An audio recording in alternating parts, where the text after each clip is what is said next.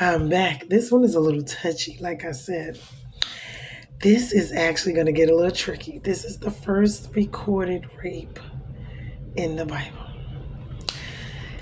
It's serious. We got to get into this. It's a lot to talk about. Okay, let's get to reading. I'm going to read. I don't know if I'm going to read all of it. I'm going to read bits and pieces. I'll go through, the main portions and then we'll discuss it. This is Genesis chapter 34. Now Dinah, the daughter of Leah, remember this is Leah's daughter with Jacob, whom she had borne to Jacob, went out to see the women of the land. Remember, they just got to Shechem. And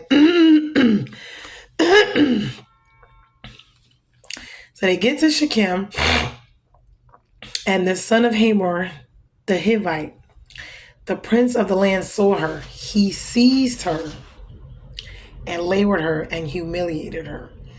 Now, when it talks about him seizing her, I guess he snatched her up or something. You know how people, when they commit a rape, you could be walking somewhere and someone come behind you, just take you or whatever.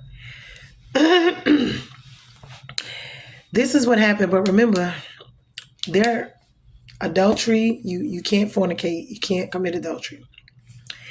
Remember, those things are in the Bible are actually, this is why the sacrifice, but technically speaking, the sacrifices that they did, the doves and all these other different animals, was to redeem their sin. Because every time they sinned, that they would have to do something to redeem it. That's why Christ is the ultimate sacrifice. You don't have to do that anymore.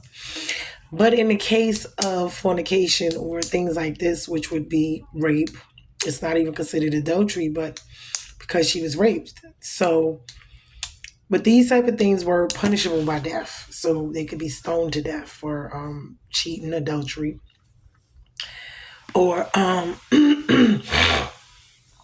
any of the 10 Commandments, actually. So when we think about it nowadays, we kind of got it a little easy because Jesus paid the price. Because if not, we wouldn't make it. So when they talk about what Jesus did, it was major. So now this has become an issue for two reasons. Because they're not allowed to have sex outside of marriage. And now she's been raped, so who's going to marry her? So this is the dilemma. He's defiled her, meaning slept with her and didn't marry her.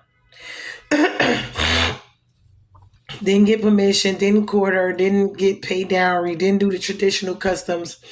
And then not only that, he's one of the outsiders, which I don't even think they were supposed to marry them because I think these are part of the Canaanite people anyway. So she probably wouldn't have been able to marry him. So then after he did that, he was drawn to her. His soul was drawn to Dinah, the daughter of Jacob. So I guess because his soul was drawn to her, so he must have fell in love or whatever. So now he loves her, spoke tenderly of her. So he told his father to go get her for his wife after he done slept with her. After he done raped her. The nerve. So of course this is an outrage. This is an outrage. This is God's chosen people. This is you're not allowed to do stuff. You could go to war for this type of stuff. You can, they could have killed this boy or whatever, but we're going to see what's going to happen. Now, Jacob had heard that he had defiled his daughter, meaning Shechem, Dinah. But his sons were with his livestock in the field, so Jacob held his peace until they came, so he didn't say anything. And Hamor, the father of Shechem, went out to Jacob to speak with him. So the sons of Jacob had come in from the field, and as soon as they heard of it, and the men were indignant and very angry, because he had done this outrageous thing, in Israel by lying with Jacob's daughter, for such a thing must not be done, meaning that was, you're not supposed to defile her like that. So when people talk about committing adultery and when people talk about divorce and they talk about, because he cheated and that's it, and they sound stupid when they say that that's it. Adultery is in the Bible. It's not called cheating. It's called adultery.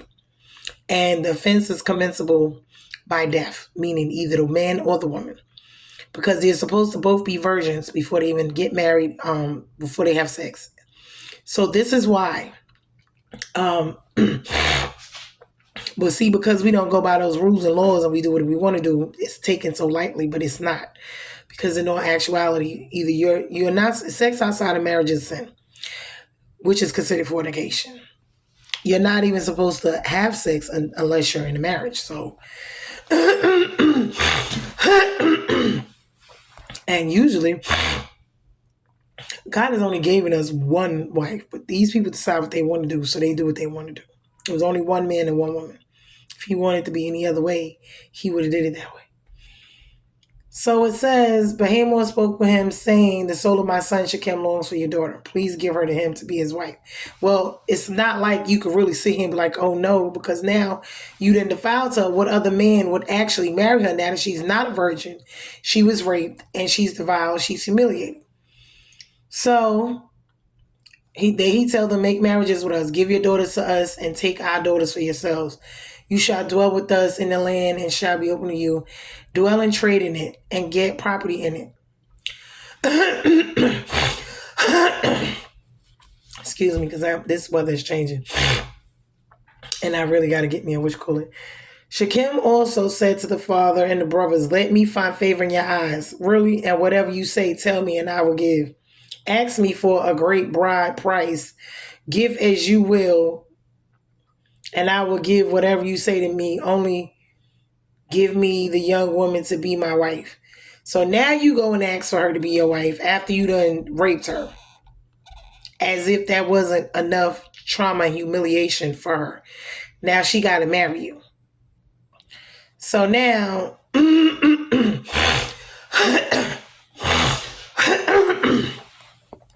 I got to really do something about my throat.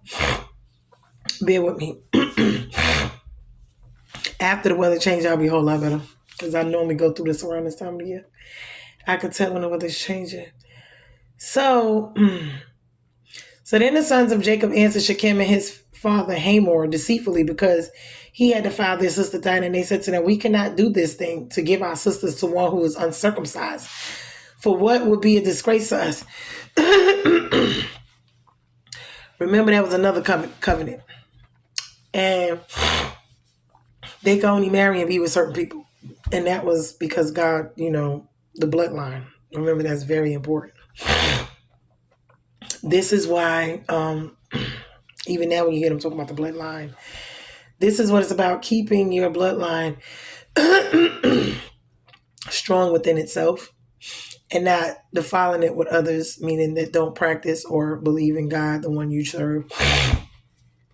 So they're uncircumcised, which was a no-no.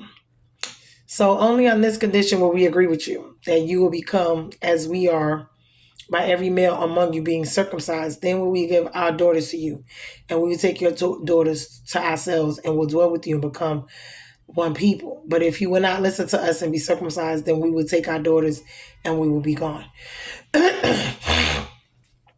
Okay, so this is what they're supposed to do. Now, these people are grown. They're not children. So circumcision is going to be something serious for them.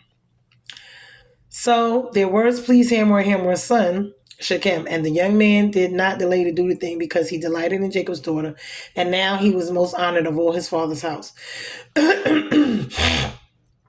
So Hamor and his son Shechem came to the gate of their city and spoke to the men of the city, saying, these men are at peace with us. Let them dwell in the land and trade in it, for behold, the land is large enough for them. Let us take their daughters as wives, and let us give them our daughters. Only on this condition will the men agree to dwell with us, to become one people with. When every male among us is circumcised, as they are circumcised, will not their livestock, their property, and all their beasts be ours? Only let us agree with them, and they will dwell with us. And all who went out of the gate of the city listened to Hamor and his son Shechem, and every male was circumcised, all who went out of the gate of his city. So now, they all went and did it. But that's a painful procedure, especially when you're an adult. I mean, as babies, they get it done right away, and they feel it, but they're babies. On the third day, When they were sore, two of the sons of Jacob, Simeon and Levi, Dinah's brothers, took their swords, came against the city while it felt secure, and killed all the males. They killed Hamor and his son Shechem with the sword, took Dinah out of Shechem's house, and went away. The sons of Jacob came upon the slain and plundered the city. Because they had defiled their sister, they took their flocks, their herds, their donkeys, and whatever was in the city and the field, all their wealth, all their little ones, their wives, and all was in the houses, and they captured and plundered. Then Jacob said to Simeon and Levi, "You have brought trouble on me by making me stink to inhabitants of the land. The Canaanites and the Perizzites, my numbers are few, and meaning in people, which they weren't, but compared to them. And if they gather themselves against me and attack me, I shall be destroyed, both I and my household." But they said, "Should he treat our sister like a prostitute?" So it was vengeance. They went and they killed everyone. But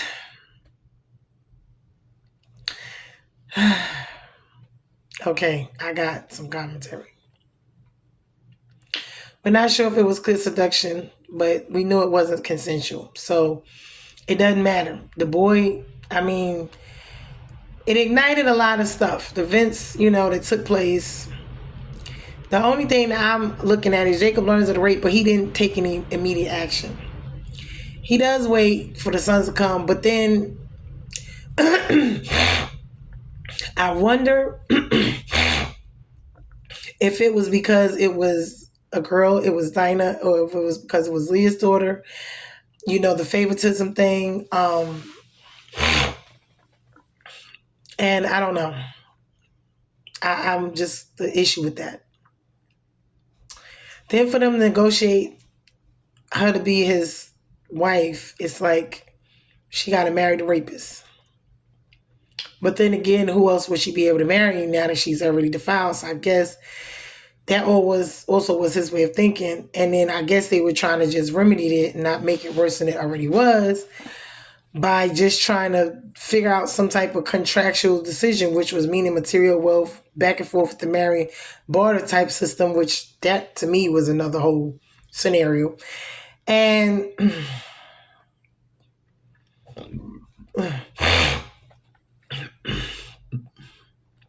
I mean, the guy was arrogant, took my name a price and all of this. He was not even, when it comes to withholding himself, as far as, he was just a loose cannon. He didn't have no self-control, and he could have just married her if he liked her instead of raping her. So,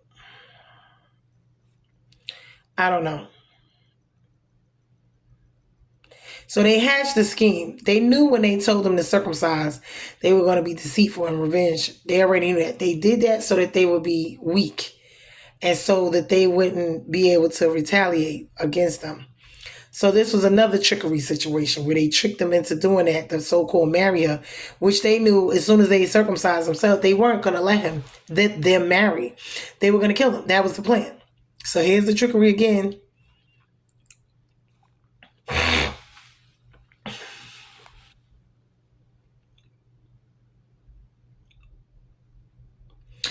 So, and I guess if they didn't do it, they were going to threaten all of them and kill them and then take her anyway. So, I don't know.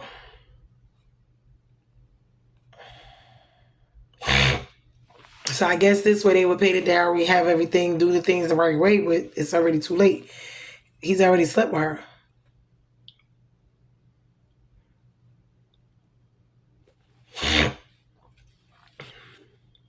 So they go ahead, they go along with having the surgery or, the foreskin removed. There's no pain management. This is very painful, it's debilitating. So while they were healing, you're really sore, restricted. You can't move. You can't fight, against anyone. So this is when they attack, when you're at your lowest, and this is normally what people do.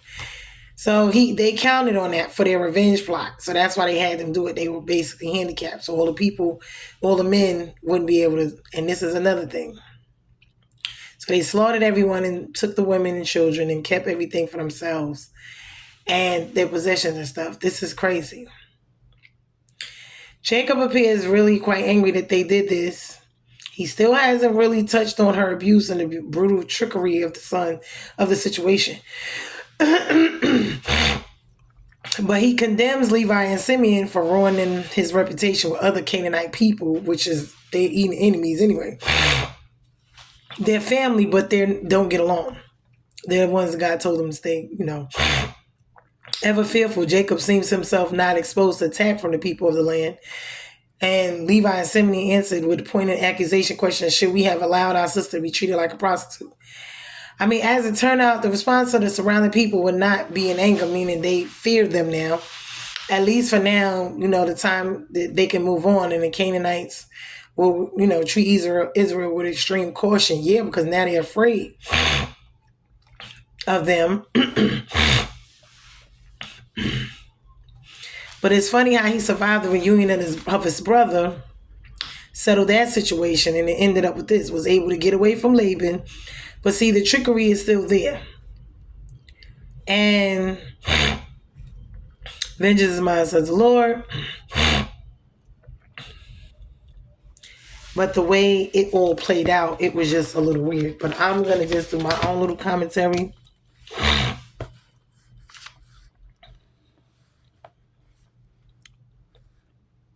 Okay.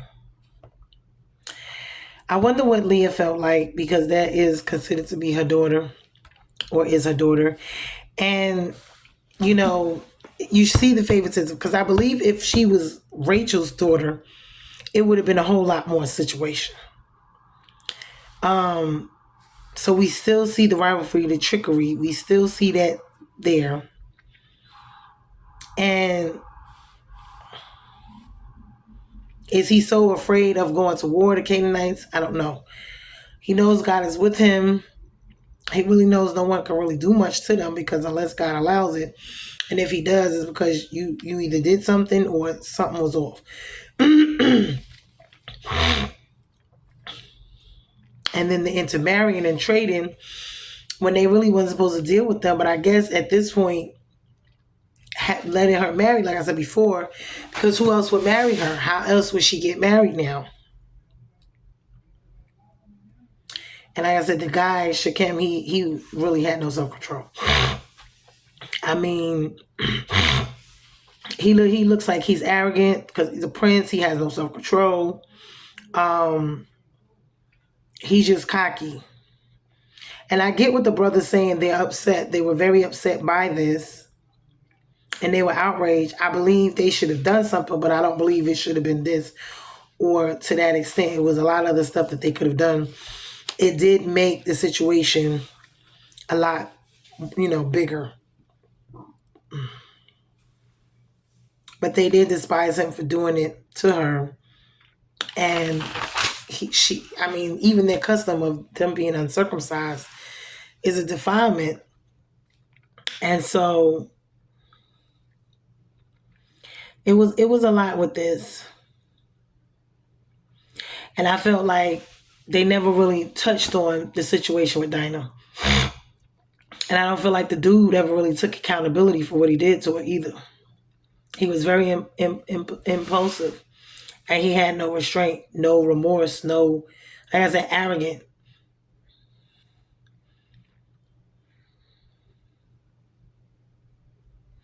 And he never really addressed the rape. And he got on the sons, but it's like, I don't know if it was because he was embarrassed because of how it made him look by other people, or them attacking him, if it was a fear situation. So when I look at this, it's like it gives me a lot of different things when it came to Jacob. Maybe he wasn't a forceful man. Maybe he wasn't a, fighting, type of man. And it's not, that's okay, not to be that way. Or maybe he just didn't know how to handle it. I don't know, but I see a lot of different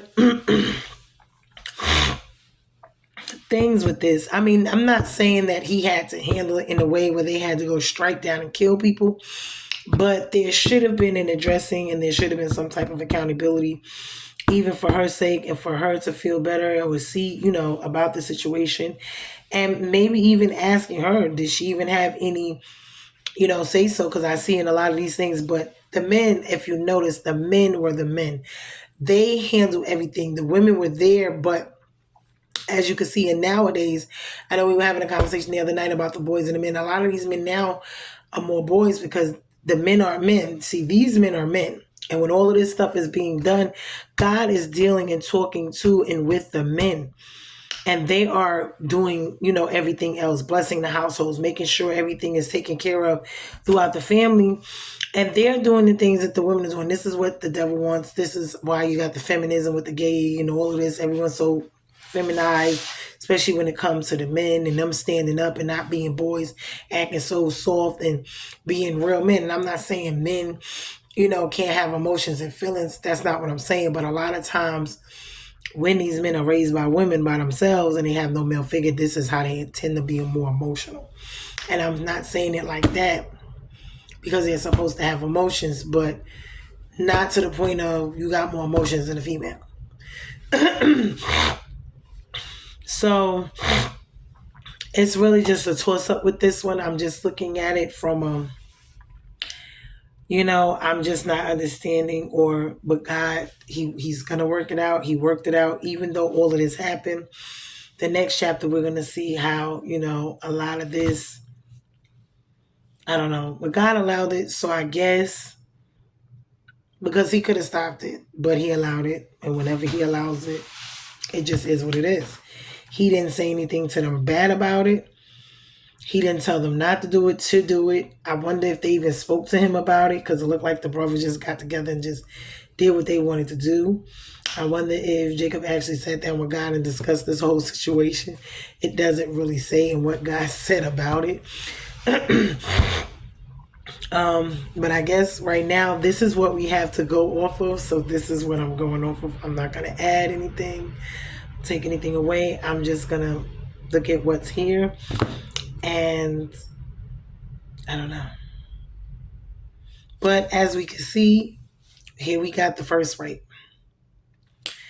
First recorded rape in the Bible. Here it is. Poor Dinah. And I could just imagine how she felt and what all went on, and as a woman, and being humiliated and being a victim all over again and not being taken seriously, and not just, it's just being like, it's just well, when it came to the father, I think he brushed it under the rug. He didn't really, I don't know. The brothers, I guess you need a little balance. So I don't know. But I hope that this was, and I wonder about the trading for the money and the this. When they had money, they had all of that, so they didn't really need it. And I just, it was like it was a transaction, a business transaction. I don't know. That's what I'm looking at. But I hope this was someone,